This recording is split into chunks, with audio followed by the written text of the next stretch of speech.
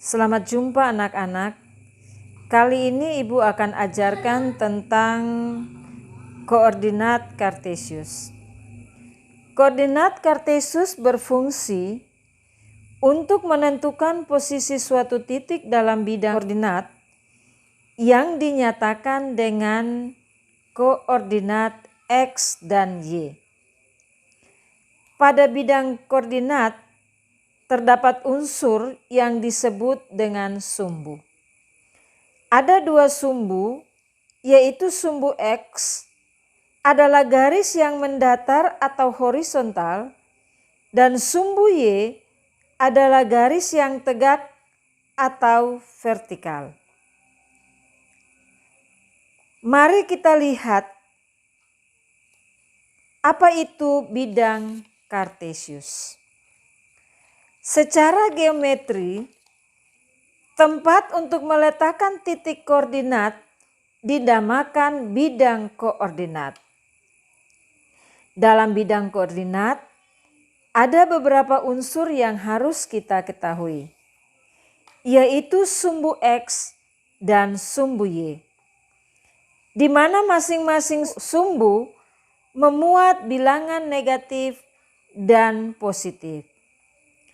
X positif ada di sebelah kanan titik 0, X negatif ada di sebelah kiri titik 0, Y positif ada di sebelah atas titik 0, dan Y negatif ada di sebelah bawah titik 0.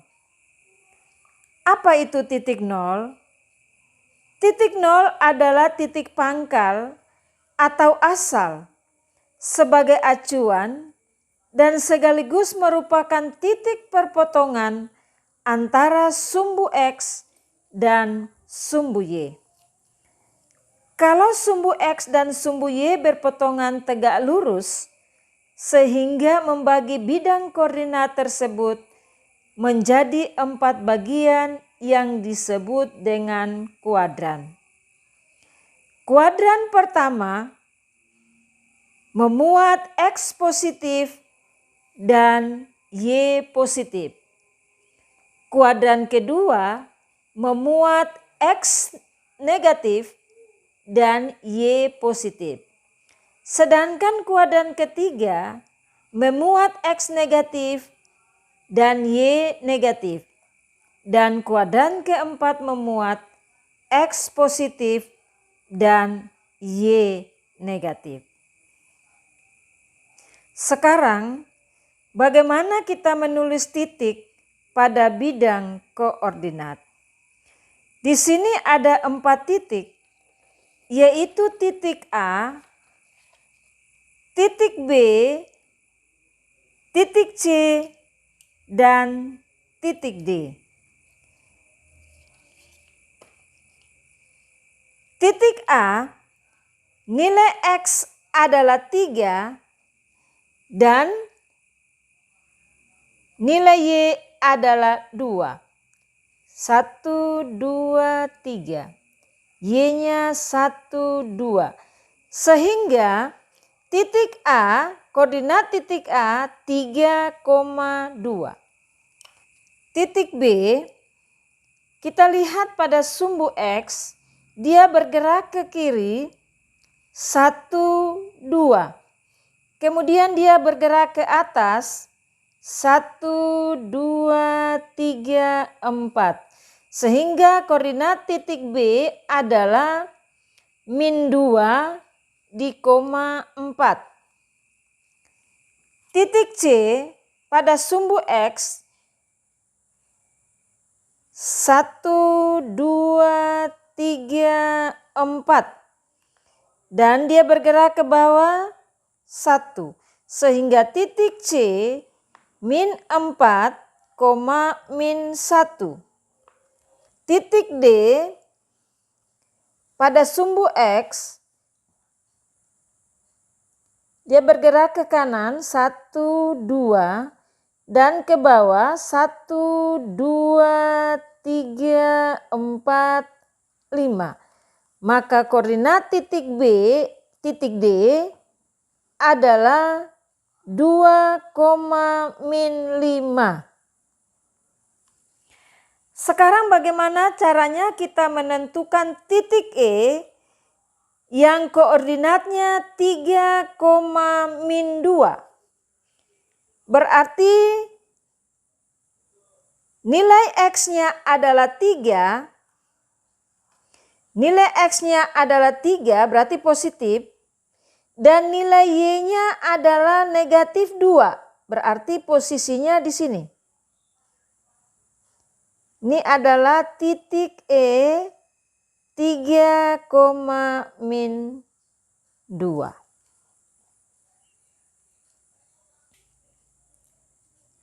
Jarak suatu titik atau tempat terhadap sumbu X dan sumbu Y. Di sini ada 2 titik.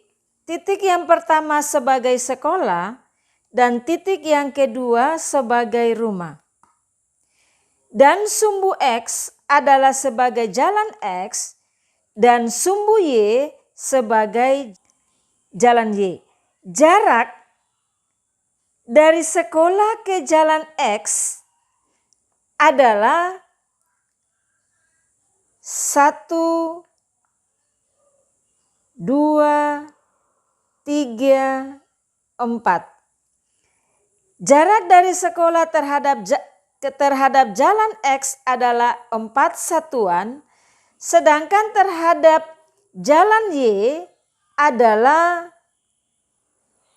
1, 2 satuan. Sedangkan jarak dari rumah ke jalan X ada 1, 2, 3 satuan. Sedangkan jarak dari rumah ke jalan Y atau sumbu Y ada 1, 2, 3, 4, 5. Sehingga jalan dari rumah terhadap jalan X adalah 3 satuan dan jarak dari rumah ke jalan Y ada 5 satuan.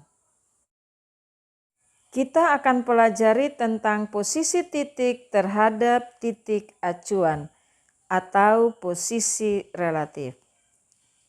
Anak-anak sekalian, yang perlu dipahami adalah posisi titik yang pertama kali kita lihat adalah dari kanan dan kiri terhadap acuan, baru kita perhatikan dari atas dan bawah. Ada 2 titik acuan, yaitu yang pertama titik acuan 0,0 atau disebut dengan titik pangkal, dan yang kedua adalah titik acuan A, B. Posisi titik terhadap titik acuan 0,0. Titik A terhadap titik acuan 0,0 bergerak dari 0,0 sebanyak 1, 2, 3, 4, 5 satuan ke kanan dan 1, 2, 3 satuan ke atas. Sehingga koordinat titik A 5,3. Kemudian titik B terhadap titik acuan 0,0 bergerak dari titik 0,0 ke kiri sebanyak 1, 2, 3, 4 satuan ke kiri dan 1, 2, 3, 4, 5 satuan ke bawah. Sehingga titik B, koordinat titik B adalah -4 di koma -5. Posisi titik terhadap titik acuan A, B. Untuk lebih memahami, mari kita perhatikan bidang koordinat ini. Ada 3 titik, yaitu titik P, Q, dan R. Kita tentukan titik P sebagai titik acuan, dan kita akan menentukan posisi titik Q dan posisi titik R terhadap titik acuan P. Pertama, mari kita lihat posisi titik Q terhadap titik P. Posisi titik Q terhadap titik P bergerak dari titik P sebanyak 1, 2, 3, 4, 5, 6, 7, 8. 8 satuan ke kanan dan 1 satuan ke atas, sehingga koordinat titik Q adalah 8,1. Kita perhatikan titik R terhadap titik acuan P. Tetap terhadap titik acuan P berarti bergerak dari titik P sebanyak berapa satuan? Titik P kita hitung 1, 2, 3, 4 satuan ke kanan dan 1, 2, 3, 4, 5, 6 satuan ke bawah. Sehingga koordinat titik R terhadap acuan titik P adalah 4,-6.